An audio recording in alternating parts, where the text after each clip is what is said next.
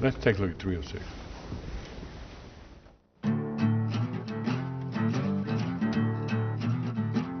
We have always felt that our trucks were tougher than anybody else's trucks. I've had people say to me, I own a Ford truck, and I have 120,000 miles on it, and it's still as good as the day I bought it. They say to me, gee, I'd love to buy an old Ford truck, but I can't find one that's really in mint condition. That's a great thing. Those trucks have been used hard for a lot of years. You see so many Ford trucks on the work site because these trucks can take what you can dish out year after year, generation after generation. And that's what they're built for.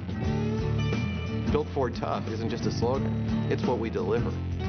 We just have to make sure that we continue to give them those kind of trucks so that their kids will say, I'll only buy a Ford, I'll never buy anything else. I mean, I love hearing that.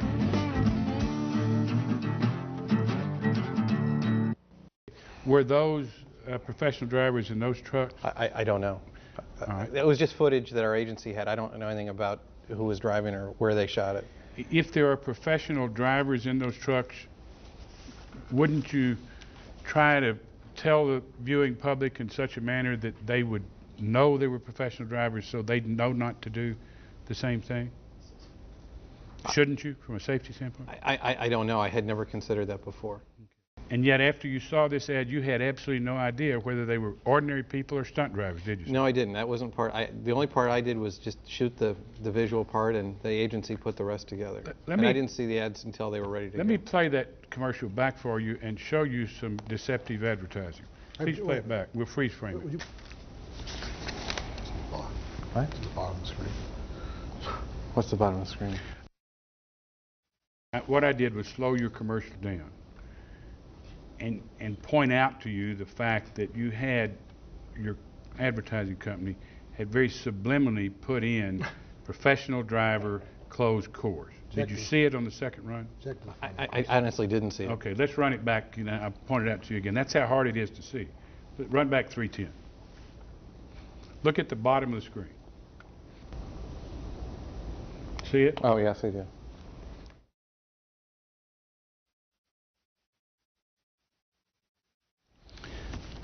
Did those stunt drivers wear helmets? I don't know, sir. Did they wear 4-point restraints? I don't know. Is the driving depicted in the commercial you just saw a reasonable and prudent way to drive? If it's on a closed course, but with professional drivers, I suppose it is. Let's play 308.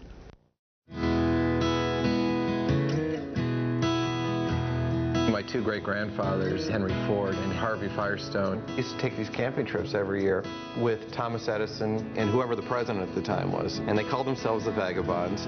They sort of invented SUVs. If you think about it, prior to the Model T, most people never traveled more than 20 miles from home in an entire lifetime. I love the outdoors. I won't even stay in a hotel if I can't open the windows. And so, our SUVs provide a great deal of freedom. You can't accept limitations. We want to do things in a new way, and to do that, you must have no boundaries. SUVs are what people want, and we do them better than anybody else. When you get it right, you just know it. Then it's really fun.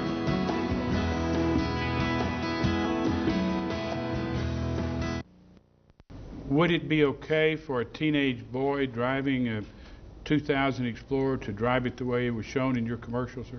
Not on the road. Okay. Would it be okay for him to take it out in the country and drive it that way? Not without proper supervision. How would you supervise a teenager? I don't know. I guess that's probably not without a professional driver with him. Okay.